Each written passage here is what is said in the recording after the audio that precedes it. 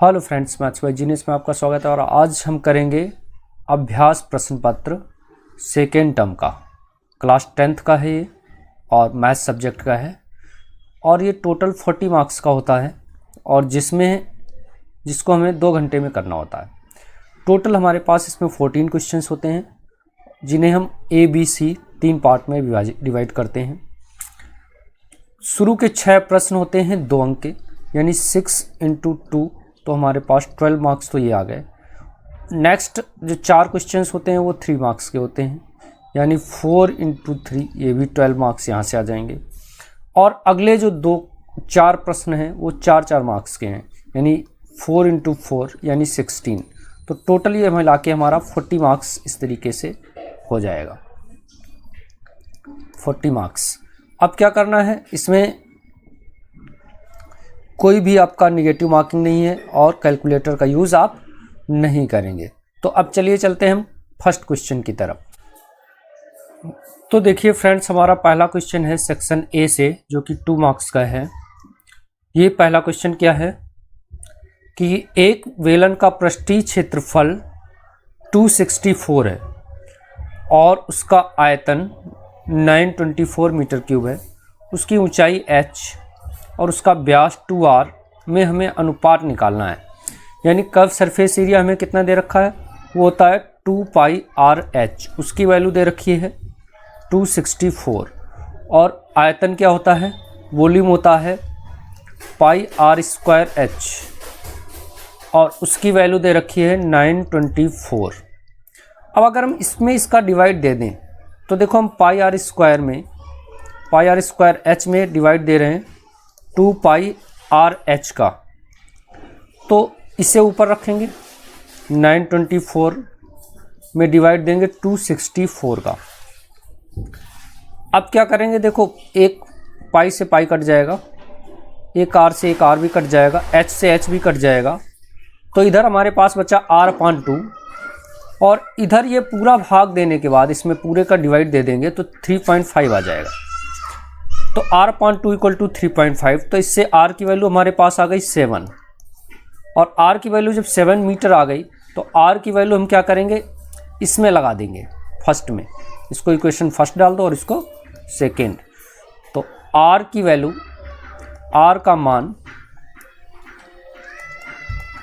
तो जैसे ही रखोगे समीकरण 1 में तो 2 पाई की वैल्यू 22/7 और r की जगह पे 7 लगाना है इंटू h इक्वल टू आ रहा है 264। अब देखो 7 से 7 काट देंगे और ये 22 उधर डिवाइड में जाएगा तो h इक्वल टू क्या आ जाएगा, 264 अपान में 22 भी आ जाएगा और अपान में 2 भी आ जाएगा। ऊंचाई, अब हमें जो रेशियो निकालना है वो h और 2r का निकालना है। तो h रेशियो 2r, इसका मतलब हो गया h की वैल्यू 6 है और रेशियो है 2r का मतलब r की वैल्यू 7, उसका डबल 14, या फिर इसमें दोनों में 2 का डिवाइड लग जाएगा तो ये रेशियो हमारे पास आ जाएगा 3:7। That's answer. अब चलिए चलते हैं हम नेक्स्ट क्वेश्चन की तरफ। तो देखिए हमारा दूसरा क्वेश्चन क्या है। दूसरा क्वेश्चन है k का मान ज्ञात कीजिए जिसके लिए एक द्विघात समीकरण दे रखा है। k मूल अवास्तविक हैं, यानी नो रियल रूट्स हैं। तो हमारे पास जो इक्वेशन दे रखी है वो क्या है, x² प्लस इस, देखो k का मल्टीप्लाई हम इस पूरे ब्रैकेट में कर देंगे तो क्या आ जाएगा 2kx, फिर k का मल्टीप्लाई इसमें करोगे तो प्लस का k² आ जाएगा, k का मल्टीप्लाई -1 में करोगे तो माइनस का k और प्लस का 2 भी है इक्वल टू 0। तो यहाँ से देखो x² के साथ होता है वो तो a होता है, तो a इक्वल टू हमारे पास आ गया 1। x के साथ जो होता है वो b होता है, तो b आ गया हमारे पास 2k और जो बचा हुआ होता है वो c होता है, तो ये पूरा बचा हुआ ये c हो जाएगा, k² - k + 2। और हमें पता है कि नो रियल रूट्स के लिए, फॉर नो रियल रूट्स के लिए क्या होता है कि जो हमारा b आता है यानी डिस्क्रिमिनेंट d, तो नो रियल रूट्स के लिए हमारा जो डिस्क्रिमिनेंट d होता है वो क्या होना चाहिए, <0 होना चाहिए। और डिस्क्रिमिनेंट d की वैल्यू होती है b² - 4ac।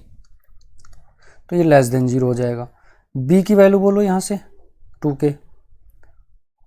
2k square minus 4, a की वैल्यू बोलो 1 है, c की वैल्यू ये पूरी लगा दो, ये वाली क्या आ जाएगी k square minus k plus 2, और फिर इक्वल टू 0 ना होके ये लेस देन 0 है, यहाँ पे ग्रेटर देन नहीं है तो लेस देन 0।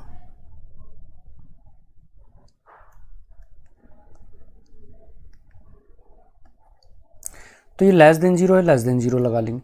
अब बोलो 2k का स्क्वायर हो जाएगा 4k स्क्वायर, माइनस इस 4 का मल्टीप्लाई इस पूरे में करोगे तो 4k स्क्वायर, माइनस 4 का इसमें मल्टीप्लाई करोगे तो प्लस का हो जाएगा 4k, और माइनस 4 का इसमें करेंगे तो माइनस का 8 आ जाएगा लेस देन 0। देखो ये 4k स्क्वायर से 4k स्क्वायर कट जाएगा, 4k माइनस 8 लेस देन 2, तो 4k ये 8 उधर जाएगा तो लेस देन, तो k की वैल्यू आ जाएगी 4 का डिवाइड लगा देंगे तो लेस देन 2, दैट्स आंसर। तो k की वैल्यू आ जाएगी लेस देन 2। k की वैल्यू 2 से कुछ कम कुछ भी रहेगी तो इसके लिए इसके मूल नो रियल रूट्स हो जाएंगे। अब चलिए चलते हैं हम तीसरे क्वेश्चन की तरफ। है आकृति में PQ और RS O केंद्र वाले वृत्त पर दो स्पर्श रेखाएं हैं जो कि समांतर भी हैं। तो ये PQ हो गई है कि ये लाइन P से Q तक, और ये RS हो गई, ये पैरेलल लाइन है। यानी हमें जो गिवन में है क्या है, गिवन में है PQ पैरेलल RS। दूसरा क्या है कि AB जो है एक स्पर्श रेखा है और जिसकी स्पर्श बिंदु C है। ये जो A से B तक हो गई, ये A है, ये B है, स्पर्श रेखा, इसका स्पर्श बिंदु C हो गया। अब PQ को A तथा RS को B पर प्रतिच्छेदित करती है। अब ये देखो PQ को कहाँ मिल रही है, A पे, और RS को कहाँ मिल रही है, B पे। तो सिद्ध करना है हमें कि AB की जो वैल्यू है वो AD प्लस BE के इक्वल होगी। अब देखो A से ये A है, ये B है, तो AB की वैल्यू अगर हम लिखें तो सॉल्यूशन में लिख लो इसका, AB इक्वल टू अगर हम लिखें तो देखो क्या हो जाएगा, BC और प्लस CA। तो AB की वैल्यू हो गई BC प्लस CA। अब देखो BC क्या है, अब ये देखो बिंदु B से डाली गई जो ये और ये दोनों कोई भी एक्सटर्नल पॉइंट से जो स्पर्श रेखाएं डाली जाती हैं इक्वल होती हैं। तो इसका मतलब क्या हो जाएगा, जो BC है वो हमारी किसके इक्वल हो जाएगी, EB के या BE के। हाँ देखो एक्सटर्नल पॉइंट से ये A से ये एक यहाँ D तक गई है और एक ये C तक आई है, तो ये AC इक्वल हो जाएगी किसके, AD के, एंड AC इक्वल हो जाएगी AD के। तो ये दोनों वैल्यू हम क्या करेंगे, इसमें पुट कर देंगे। देन फ्रॉम 1 एंड 2, इसको 2 डाल दो। देन फ्रॉम 1 एंड 2, 1 और 2 से बताओ क्या आ जाएगा, इधर तो AB ही रहेगा इक्वल टू, और इधर BC की जगह पे क्या लगा सकते हो, BC की जगह पे लगा दो BE प्लस दूसरा AC की जगह पे या CA की जगह पे क्या लगा दोगे, AD। तो अब देखो यही हमें प्रूव करना था। नेक्स्ट क्वेश्चन क्या है कि दी गई आकृति में I का मान ज्ञात करो। ये I हो गया और I यहाँ लिखा हुआ है, ये I हो गया हमारा कर्ण या इसको बोलेंगे हम हाइपोटेन्यूज, और इसके सामने ये एंगल हो गया 60 डिग्री, और इसके सामने ये दिया है, ये हो गया हमारा लंब, और नीचे हो गया ये आधार। और जब भी ऐसे क्वेश्चन होते हैं तो ये 90 डिग्री है और उसके ठीक सामने कर्ण होता है। तो ऐसे क्वेश्चन में देखो हमें ये 5 दिया है यानी लंब दिया है और कर्ण निकालना है और एंगल है 60। तो इन सारे क्वेश्चंस में हम क्या करते हैं कि साइन थीटा इक्वल टू होता है हमारे पास लंब और बटे में कर्ण। तो साइन 60 हो गया, ये साइन 60 इक्वल टू हो गया, लंब हमारे पास हो गया 5 और कर्ण हो गया i, जिसका मान निकालना है। साइन 60 की वैल्यू होती है √3/2 equal to 5/i। Cross multiply कर लेंगे इसका इधर, तो √3i इक्वल टू आ जाएगा 10, या i इक्वल टू आ जाएगा हमारा 10/√3। अब जब भी अपान में √3 होता है तो उसका रेशलाइज कर लेंगे, यानी √3 का ऊपर नीचे मल्टीप्लाई कर लेंगे, तो ऊपर हो जाएगा 10√3 और अपान में इन दोनों को मल्टीप्लाई होने के बाद 3 दे देगा। तो ये हो गया हमारे पास मीटर। That's answer. अब चलिए चलते हैं हम नेक्स्ट क्वेश्चन की तरफ, और वो है कि दी गई सारणी से प्रति परिवार में माध्य बच्चों की संख्या ज्ञात कीजिए। यानी फाइंड द मीन, हमें मीन निकालना है children of family from the given data below. यानी जो डाटा हमें दे रखा है उसके बेस पे हमें मीन निकालना है। तो सबसे पहले क्या है, बच्चों की संख्या है।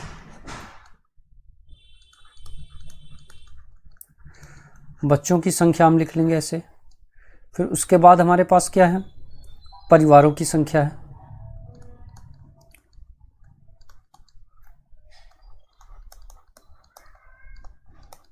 तो ये हमारा x हो जाएगा और ये परिवारों की संख्या f हो जाएगा। और इन दोनों के बेस पे ही हमें क्या करना है कि अपना f गुणे x भी निकाल लेना है। और अब बताओ, तो सबसे पहले 1 2 3 4 5 6 तक लिख लो इसमें। 1 2 3 4 5 और 6। ऐसे इधर बताओ, 5 लिख दिया, 11 25 12 5 एंड 2। अब देखो x ये हो गया, f ये हो गया।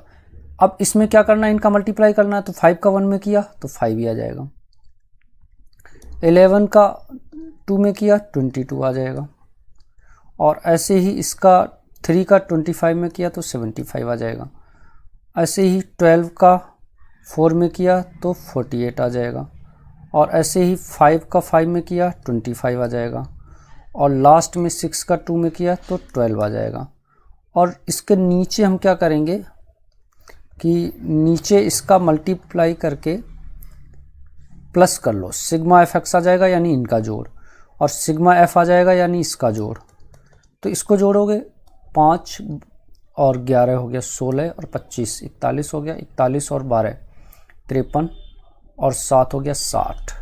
और इधर जोड़ लो, तो इधर यूनिट डिजिट को यूनिट डिजिट में जोड़ लो, तो 5 2 7 5 12 8 20 और 7 27 का 7 आ जाएगा। और इधर 2 कैरी वाला हो गया, तो 2 2 4 7 4 11 4 15 और 3 18, तो 187 आ गया। तो सिंपल सा फार्मूला होता है, मीन या माध्य बराबर क्या होता है, सिग्मा एफ एक्स अपान में सिग्मा एफ। हमारे पास सिग्मा एफ एक्स का मतलब ये आया 187, और अपान में आया है सिग्मा एफ 60, और इसमें इसका डिवाइड दे देंगे तो 3.1 आ जाएगा। यही हो गया हमारा मीन। That's answer. तो देखिए हमारा क्वेश्चन नंबर 6 क्या है। क्वेश्चन नंबर 6 है कि यदि दिया गया समीकरण, एक ये समीकरण दिया है कि शून्यक समान हो, यानी it has equal roots, then so that M Q equal to P N, यानी एम क्यू की वैल्यू पी एन के इक्वल प्रूफ करनी है, और इसके जो मूल हैं या शून्यक हैं वो इक्वल हैं या समान हैं। तो सबसे पहले देखो एक्स स्क्वायर के साथ ये लिखा हुआ है तो ये ए हो जाएगा, एक्स के साथ ये पूरा लिखा हुआ ये बी हो जाएगा, और बिना एक्स वाई वाला जो होता है वो सी होता है। तो हमारे पास क्या हो जाएगा, हम लिख लेंगे for equal roots. Equal roots के लिए क्या होता है बोलो, बी स्क्वायर माइनस 4ac की जो वैल्यू होती है वो 0 होनी चाहिए। तो बी स्क्वायर मतलब इस पूरे का स्क्वायर। तो हमारे पास b की वैल्यू क्या है, माइनस के साथ है 2 और M P plus N Q, और इस पूरे का स्क्वायर माइनस 4। ए की वैल्यू बोलो, ए की वैल्यू है M square plus N square, और फिर सी का भी सी में मल्टीप्लाई कर लो, सी की वैल्यू है P square plus Q square, और ये इक्वल टू 0 करो। अब देखो यहाँ पे हमारे पास क्या है, सबसे पहले तो -2 का स्क्वायर तो 4 हो जाएगा। अब यहाँ बन जाएगा a प्लस बी का होल स्क्वायर, तो ये क्या होता है a स्क्वायर यानी m square p square, a square plus b square में n स्क्वायर q स्क्वायर दोनों आ जाएंगे, a square plus b square, और प्लस के साथ आ जाएगा 2ab, ab में यानी इन दोनों का मल्टीप्लाई, तो m n p q पूरा आ जाएगा। -7 इस 4 के साथ इस पूरे को लिखो, m स्क्वायर का मल्टीप्लाई इन दोनों में करोगे तो क्या आ जाएगा, और 4 का भी करना है तो 4m square p square, minus के साथ m स्क्वायर का इसमें करो तो 4m square q square, minus के साथ n स्क्वायर का करो दोनों में तो 4n स्क्वायर p स्क्वायर, और माइनस के साथ 4n स्क्वायर लास्ट वाले में करोगे तो q स्क्वायर इक्वल टू 0 है। अब देखो इस 4 का जैसे ही मल्टीप्लाई करेंगे, 4 का मल्टीप्लाई इस पूरे में यहाँ तक, तो 4 का मल्टीप्लाई करो तो देखो क्या आ जाएगा 4m स्क्वायर p स्क्वायर, और प्लस के साथ आ जाएगा 4n स्क्वायर q स्क्वायर, और इस 4 का इसमें मल्टीप्लाई करोगे तो 4 2 जा हो जाएगा 8, तो प्लस के साथ 8 m n p q, और अब ये सारे लिख दो तो माइनस के साथ 4m square p square, minus के साथ 4m स्क्वायर q स्क्वायर, और माइनस के साथ 4n स्क्वायर p स्क्वायर, और माइनस के साथ 4n square q square equal to 0 है। अब देखो ये 4m square p square plus का था और m स्क्वायर p स्क्वायर ये माइनस का कट गया, ये 4n square q square plus का है और ये 4n square q square minus का कट गया। अब हमारे पास बचा क्या, ये बचे मात्र एक ये टर्म बचा, एक ये और एक ये, और इन सब में से देखो 4 कॉमन भी है तो हम माइनस का 4 कॉमन ले लेते हैं। तो जैसे ही माइनस का 4 कॉमन लोगे तो ये देखो बन जाएगा हमारे पास क्या m square q square plus का, और ये भी बन जाएगा प्लस का, प्लस के साथ n स्क्वायर p स्क्वायर, और ये 4 कॉमन जाने के बाद 2 बच जाएगा यहाँ, और ये माइनस का बचेगा, देखो यहाँ माइनस कॉमन लोगे तो एक माइनस आ जाएगा 2, और ये बन जाएगा m n p q equal to 0 हो जाएगा। अब ये देखो लिखा हुआ है, इसको हम ये -4 तो 0 में चला गया इसलिए ख़त्म हो गया, और इसको लिख देंगे m स्क्वायर m q का होल स्क्वायर, और प्लस इसे लिख दो n p का होल स्क्वायर, और इसे लिख दो माइनस साथ 2 m को q के साथ लिख दो और n को p के साथ लिख दो इक्वल टू 0। और ये ध्यान से देखो क्या लिखा हुआ a square plus b square minus 2ab, यानी a प्लस b का होल स्क्वायर लिखा हुआ है, यानी ये लिखा हुआ है m q minus N P का होल स्क्वायर इक्वल टू 0। और जब ये होल स्क्वायर 0 है तो इसका मतलब कि M Q minus N P equal to भी 0 होगा, और जब ये 0 होगा तो इसका मतलब क्या हो गया, इसका मतलब ये हो गया ये उधर जाएगा तो एम क्यू इक्वल टू क्या प्रूफ हो गया एन पी या पी एन, दैट्स आंसर। थोड़ा बड़ा क्वेश्चन था लेकिन था बहुत आसान, ठीक है, तो इस तरीके से इसे भी कर लेंगे। अब चलिए चलते हैं हम 7th क्वेश्चन की तरफ। तो देखिए हमारा अगला क्वेश्चन क्या है, अगला क्वेश्चन है क्वेश्चन नंबर 7। समांतर श्रेणी एक दे रखी है 7, 21, 25 और लास्ट में है 93 के अंत से 7वां पद हमें याद करना है, यानी find the 7th term of AP from the end. तो एपी का ये जो 17 हो गया ये तो फर्स्ट टर्म हो गया, तो ए इक्वल टू हम लिख लेते हैं इसको 17, और ये 21 दूसरा टर्म हो गया। ऐसे ही करके ये लास्ट टर्म को हम ए एन से लिखते हैं और ए एन हो गया 93। और हमें देखो इसका डी कैसे निकालेंगे, तो कॉमन डिफरेंस डी होता है और वो दूसरे में से इसे माइनस करके निकालते हैं, यानी 21 में से इसे माइनस कर लेंगे तो आ गया 4।